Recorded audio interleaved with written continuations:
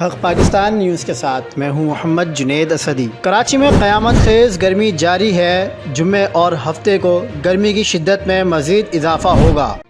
تازہ ترین ویڈیوز کے لیے چینل کو سبسکرائب کر کے بیل آئیکن اور آل نوٹیفیکیشن پر کلک کریں۔